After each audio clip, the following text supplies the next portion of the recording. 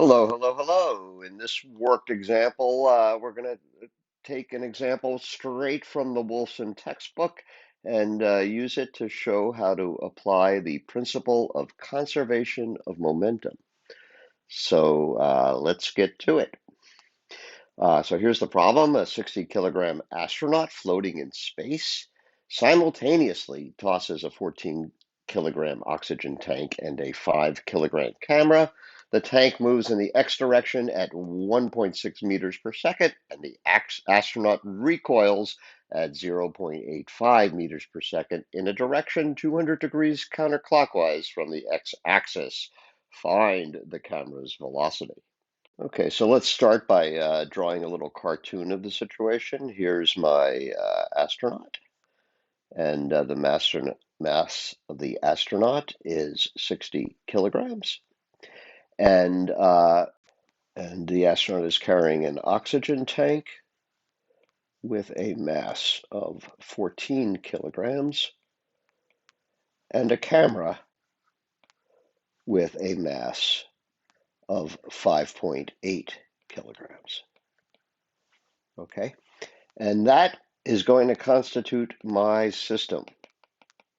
And it's going to be an isolated system. So no interactions with the external world. And that means that the total momentum of the system will not change during the course of our discussion.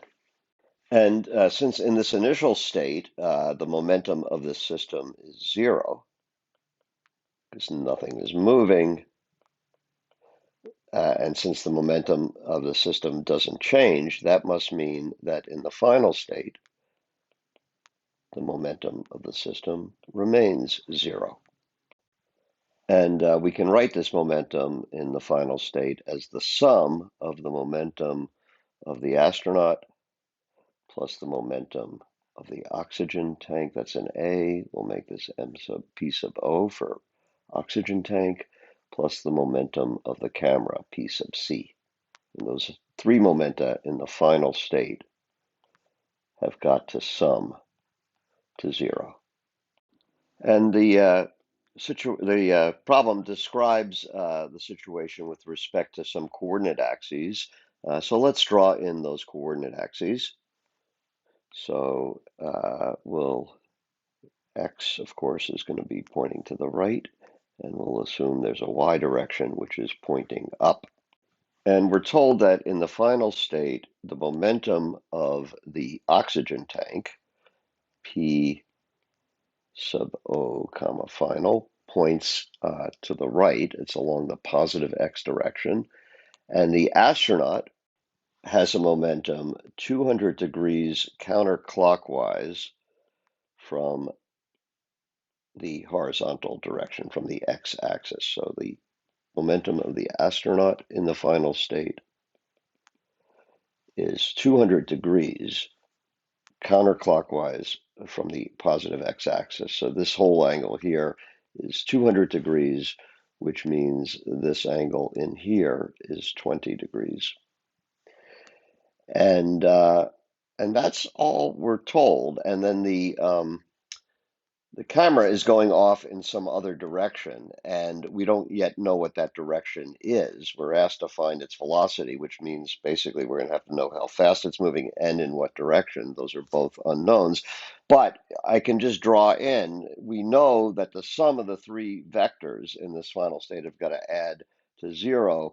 So in order for that to happen, the camera has clearly got to have a momentum in the positive y direction to offset the astronaut's momentum in the y direction.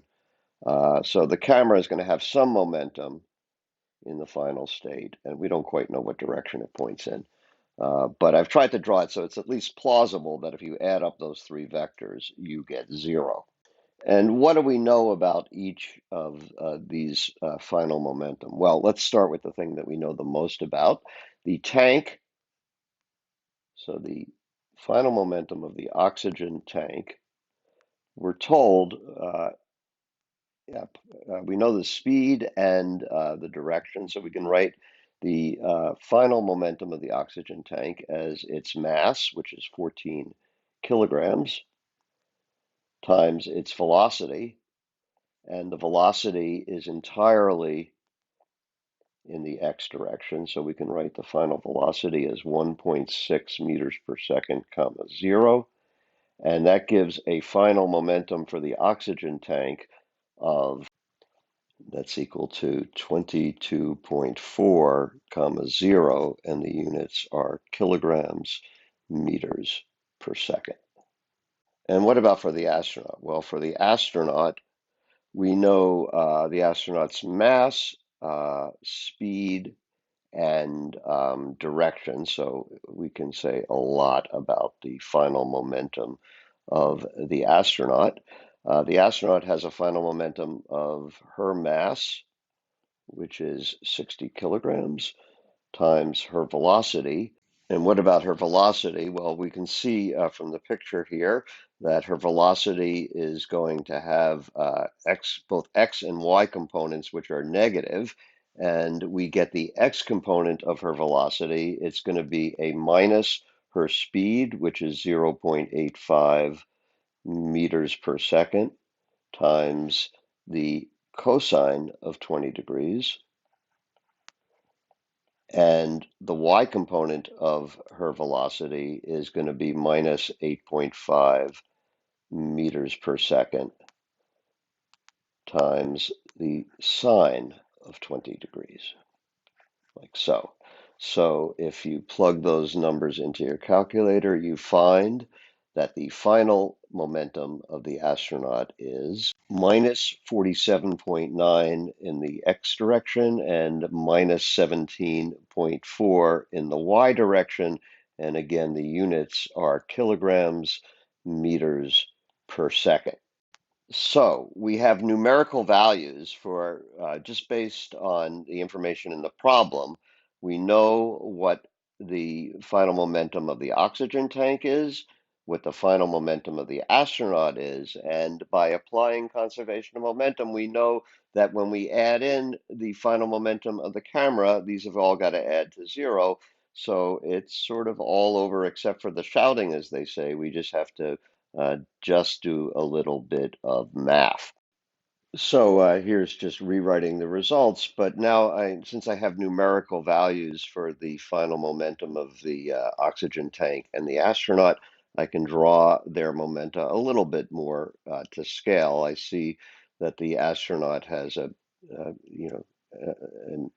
x component of the momentum that is greater than the x component, greater in magnitude than that of the oxygen tank, and that it's sort of tilted. It has more x component than y component. So I tried to at least qualitatively capture that in my drawing. So now that when I draw the third momentum, that of the camera, which we still don't know yet, I can be a little bit more accurate, knowing that these have all got to sum to 0. So the camera, I think, is going to have a momentum that goes off somewhere like that. And again, the way I can solve for the camera's final momentum is I know that these three momenta have to add to 0. So that tells me that the final momentum of the camera is just got to be equal to, just rearranging here, minus the sum of the final momenta of the astronaut and the oxygen tank. And so that's equal to minus,